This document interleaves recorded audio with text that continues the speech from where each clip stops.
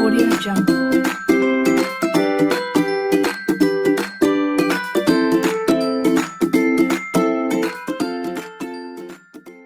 Satu.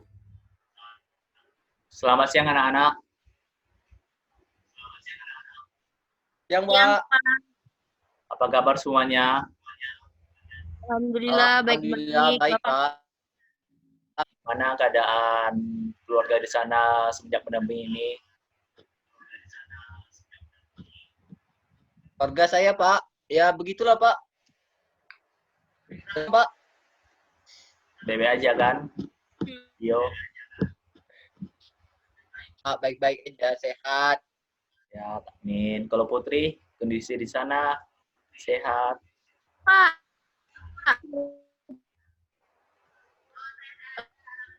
Hanya bebek saja. Amin, syukurlah. Kalau Sofian, keluarga di sana bebe aja?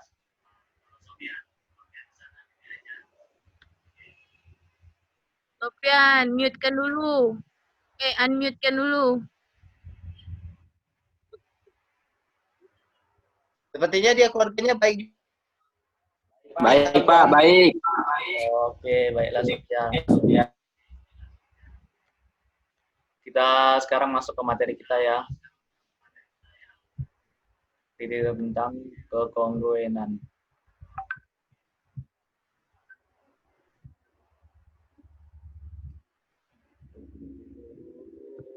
Nampak? Nampak, Pak? Nampak?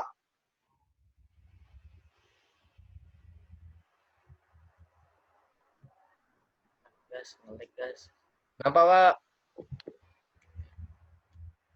Anak-anak tahu kekongruan dan kesebangunan itu apaan? Saya Pak tahu kekongruenan. Ya, boleh Putri, apa tuh? Tahu saya Pak, kekongruenan itu bangun datar, bukan bangun datar, iya bangun datar yang memiliki bentuk dan ukuran yang sama Pak. Ya, boleh, betul. Kalau Dio? Kalau saya sama juga, Pak. Dia tuh punya sama, Pak. Bentuk, wujudnya, ukurannya dia sama, Pak. Boleh juga, masuk akal. Kalau Sofian?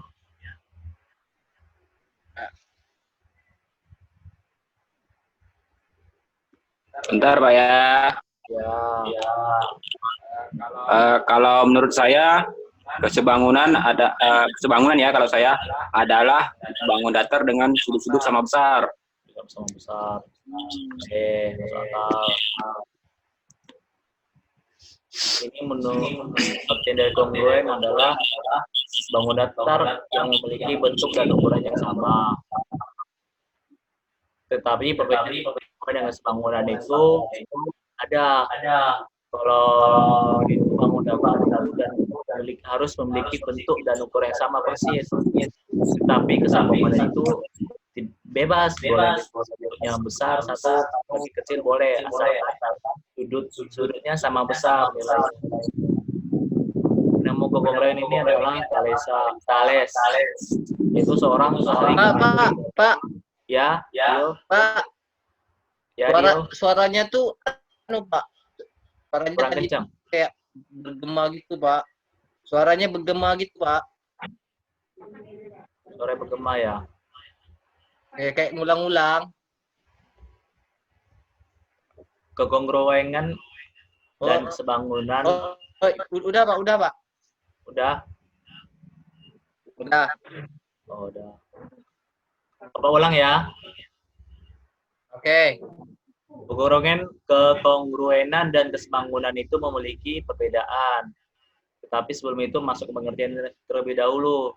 Kekongruenan dan kesebangunan itu adalah bangun datar yang memiliki bentuk dan ukuran yang sama.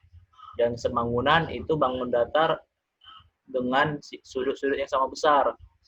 Perbedaannya di sini, kekongruenan itu bangun datarnya harus memiliki bentuk dan ukuran yang sama. Tetapi kalau kesebangunan itu bebas, salah satu bentuk persegi panjang itu misalnya besar satu, kecil satu, nggak masalah, asalkan bangun datar itu memiliki sudut yang sama kedua bangun datar tersebut. Dan penemu dari prinsip kekongruenan dan kesebangunan ini adalah Thales. Ialah seorang ahli geometri, astronomi, fisika, ilmu alam, dan politik. Thales ini lahir di kota Miletus, yaitu tanah perantauan orang-orang Yunani yang di Asia Kecil. Beliau hidup semenjak 624 sampai dengan 546 sebelum Masehi. Penggunaan konsep kongruenan dan kesebangunan itu ada kekongruenan dan itu berlaku pada jenis bangun datar. Misalnya yang pertama itu luas garisnya, dan yang kedua itu garis yang memiliki panjang yang sama. Contohnya pada gambar ini, garis P dan Q besarnya adalah 5,5 cm, dan garis A dan B itu panjangnya adalah 5,5 cm. Berarti garis P dan Q itu sama dengan kongruen dengan garis A dengan B. Paham semuanya? Paham, Pak? Baiklah, Bapak lanjut ya. Ya. Nah, kesebangunan. Seperti yang tadi Bapak jelaskan bahwa ukuran bangunan tersebut tidak mesti sama. Boleh besar, boleh sedang, boleh kecil. Tiga persegi panjang tersebut memiliki sudut yang sama besar, sehingga kita dapat menyebut bahwa mereka sebangun. Tidak hanya ketiga persegi panjang di atas, melainkan semua bangun datar memiliki ukuran berbeda. Semua bangun datar memiliki ukuran berbeda. Ini salah ketik ya, maafkan Bapak. Ukuran berbeda tetapi memiliki besar sudut yang sama akan termasuk sebuah kesebangunan. Ada yang ditanyakan di sini perbedaan kesebangunan dengan kongruenan.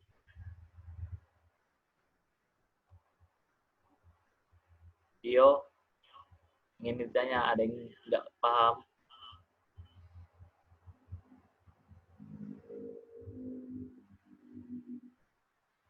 Sepertinya tidak ada, Pak. Nggak ada. Sepertinya tidak. Ada kan? Iya. Ya. Sampai di sini masih, Pak? Masih nyambung, Pak? Langsung Bapak lanjut ke soal ya. Iya, Pak. Ada yang bisa dikerjakan contoh soal berikut. Atau udah paham kan tadi katanya, atau udah pandai untuk menganalisa datanya. Kasih waktu, Pak. Oh, boleh.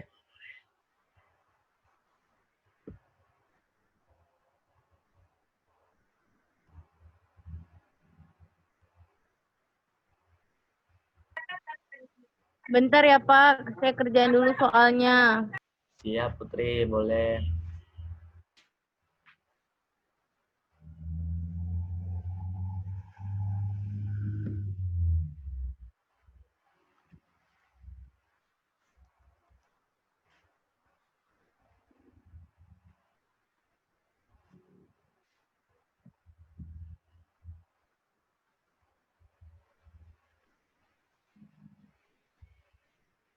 A few moments later. Ada yang bisa jawab? Saya Pak. Boleh Putri, gimana Putri? Nah Pak, karena persegi panjang ABCD sebangun dengan persegi panjang BCGF, maka kita tahu bahwa AB per BC sama dengan BC per CG. Ya. Terus dimasukin angka-angkanya. Sehingga 144 per 108 sama dengan 108 per CG. CG kan tidak tahu Pak berapa ukurannya. Ya, setelah itu baru kita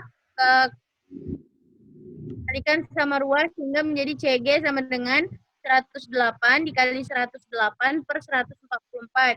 Hasil CG sama dengan 81. Nah, udah didapat CG nih Pak. Jadi kita tahu bahwa CD sama dengan AB itu sama dengan 144 cm dan CG 81 cm. Maka EH dan sama dengan GD sama dengan CD dikurang CG. Sehingga 144 dikurang 81 mendapatkan hasil 63 cm. Nah, diketahui ABCD juga ternyata sebangun dengan EH GAD. Maka didapatkan EH GAD.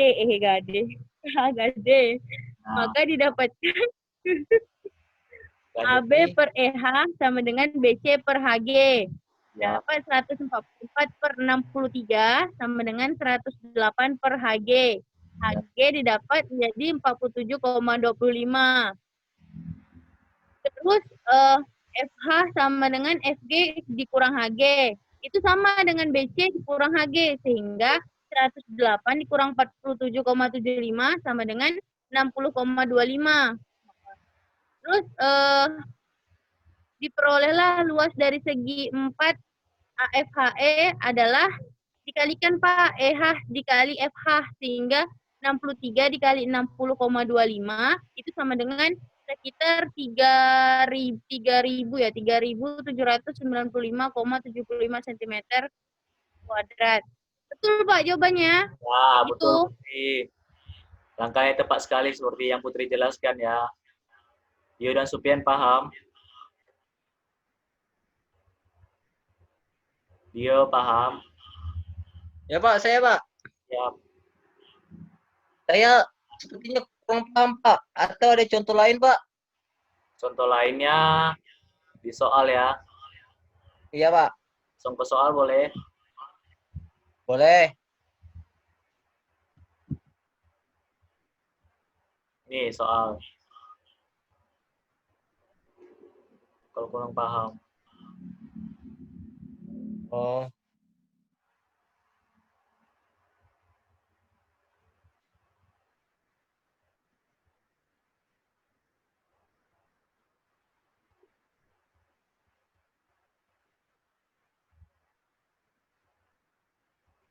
Dio udah bisa kerjain? Bentar Pak. Hasilnya 8 Pak. Benar nggak Pak? Yang Hasilnya 8. benar. Benar ya Pak ya? Ya. Oh, berarti saya udah paham Pak. Paham Pak. Bagus. Coba Dio Ya. jelaskan biar kami dengar semua. Jelaskan Pak ya? Ya.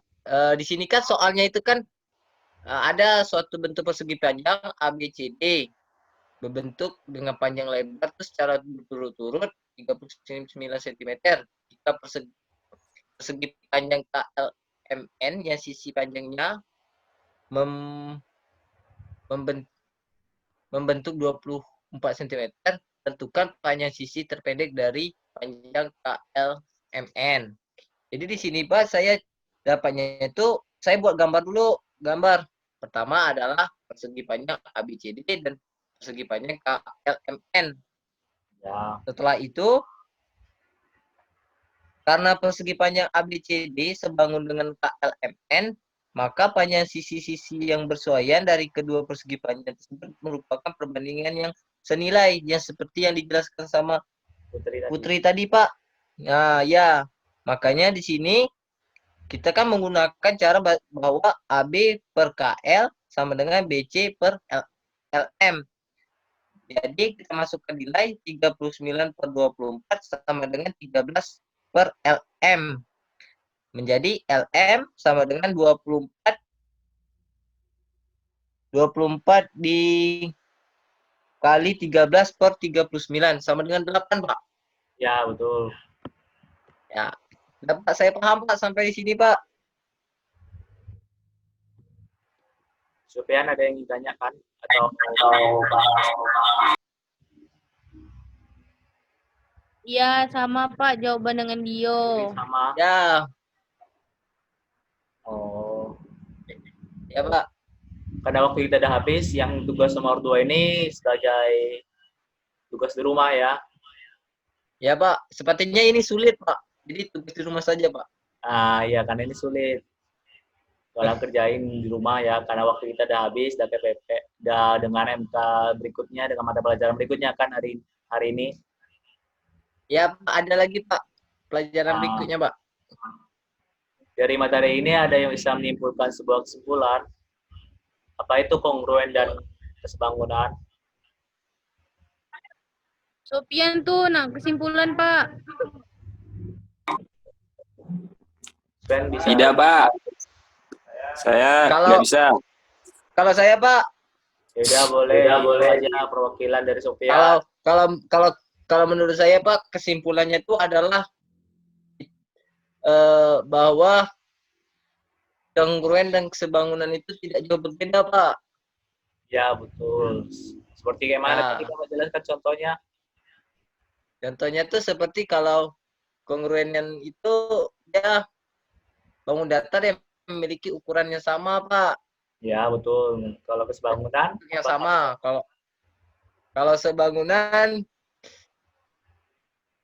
dia memiliki kayak sudut itu dia sama, Pak. Sudutnya gitu, Pak.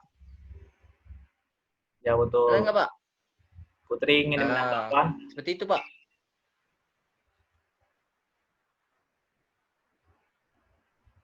Putri Apa, Pak?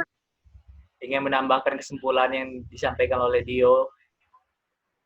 Eh, mungkin sama aja, cuman kesimpulan yang